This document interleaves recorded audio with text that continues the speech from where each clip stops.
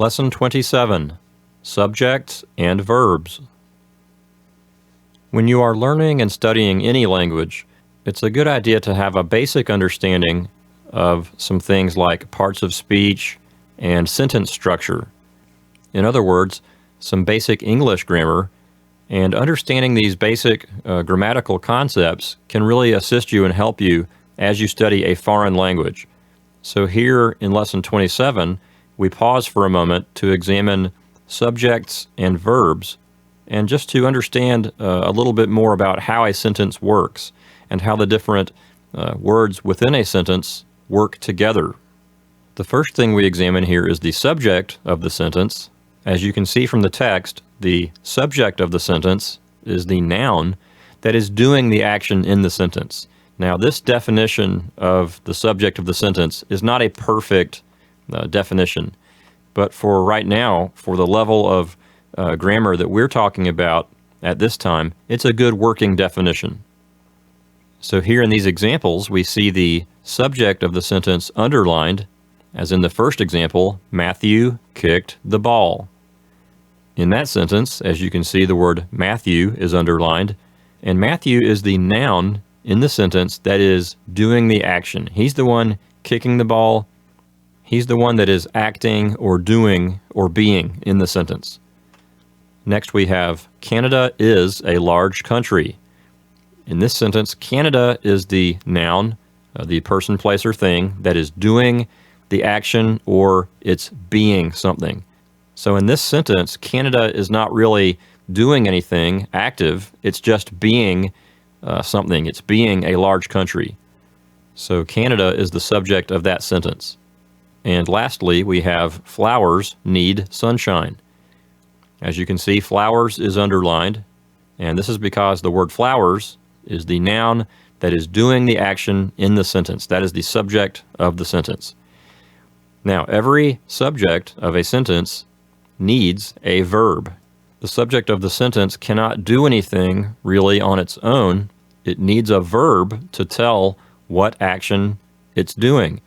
And we give a few examples here like dance, shout, walk, talk, and write. So a verb is a word that shows action. It tells about the action taking place, but it's not necessarily an action that requires motion or activity. It can also be just a verb of being or existing, like is, are, was, were, and you see the examples here on the page. So now let's look at those same sentences that we saw a moment ago, and let's think about the verb that's included in each sentence. So our first sentence there was Matthew kicked the ball, and as we noted previously, the word Matthew is the subject of the sentence. But if you just say Matthew and then the ball, well, there's something missing there. You need that verb to work along with the subject. So the subject is Matthew, and the verb is kicked. And then if you want to analyze the sentence even further, you could say that the word ball is the direct object, because the word ball is the recipient of the action being performed by the subject of the sentence. So we have subject, verb, direct object. In the next example sentence, we have Canada is a large country, and here the verb is not really a verb of action, it's more of a verb of being or existing. And as we note here in the text, that's also called a linking verb. So the subject here is Canada, and the verb is the word is. So Canada is just being or existing, it's being a large country. So we say Canada is a large country. So Canada is the subject, is the verb. And if you wanted to analyze the sentence further, you could say that the word country is a predicate nominative. You see, in the first sentence, the word ball is the direct object because the verb was a verb of action, of someone doing something. In this sentence, the word country is not the direct object. In this sentence, the word country is a predicate nominative because the verb is a verb of being or existing.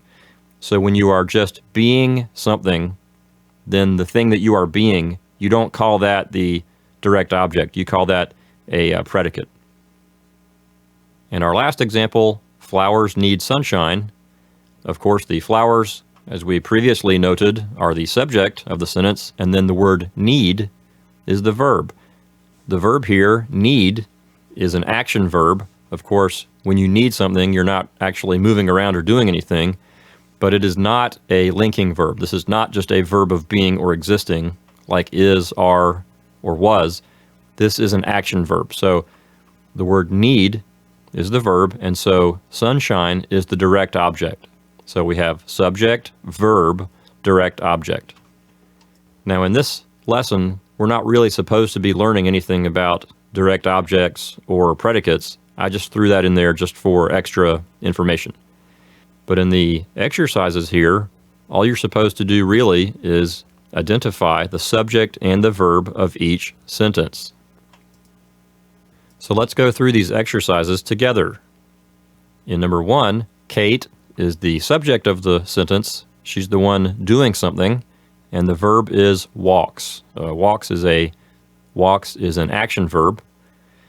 In number 2, the word car is the subject because that's the noun that's doing something in the sentence. Well, really it's just being or existing because we have the verb of being is, also called a linking verb. So the subject is car and the verb is. And the word red there would be a predicate adjective in case you're interested. It's not a direct object because the verb is a linking verb. In number 3, sister is the subject. That's the noun that's doing something. She's liking something. She's liking the ice cream. And of course the word likes, that's the verb.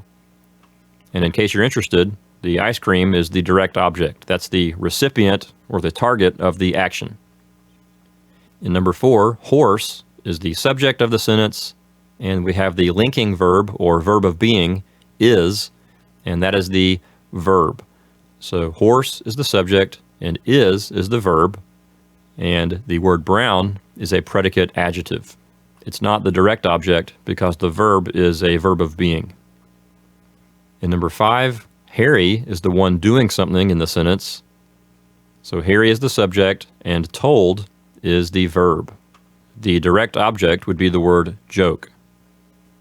In number 6, we have the subject, Jim, and the verb is played. And the word softball would be the direct object. In number 7, the subject of the sentence is Mark. He's the one doing something in the sentence, and the verb is plays. The word trumpet would be the direct object. In number 8, sister is the subject. She's the one that's doing something in the sentence, although it really says she never cleans her room, so I guess she's not really doing anything. But even though the verb is being negated by the word never, still the word sister is indeed the subject of the sentence. And the word cleans, that's the verb. This is an action verb, and so the word room is the recipient of that action. So the word room is the direct object.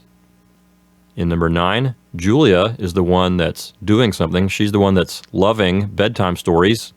So the word Julia is the subject, and loves, of course, is the verb. The direct object would be the word stories. In number 10, we have the students. They're the ones doing things here in this sentence. So the word students is the subject. And the verb here is sort of a compound verb. We have the word are and doing. Both of those words together are the verb. And the word homework would be the direct object.